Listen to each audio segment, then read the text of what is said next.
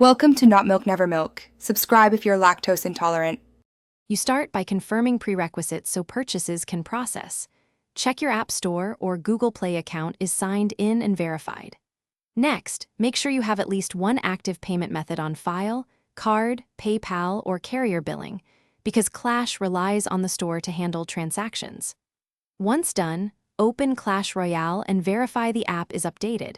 Outdated builds can block purchase flows. Doing these steps first prevents common errors and gets you ready to enable in-app payments right away. You now enable the in-app purchases path.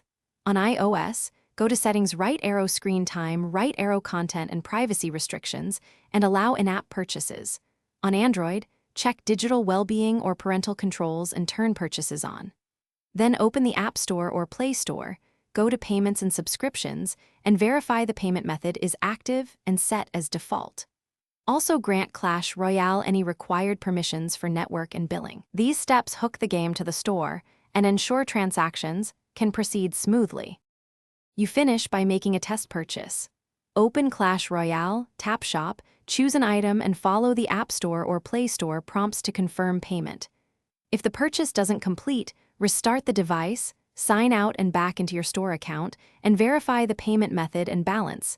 This often clears token or session errors. If problems persist, retrieve the transaction receipt and contact the platform support or Supercell with that information. Keeping the receipt speeds resolution and helps recover lost purchases. Thanks for watching. If this was helpful, leave a like and consider subscribing. See you next time.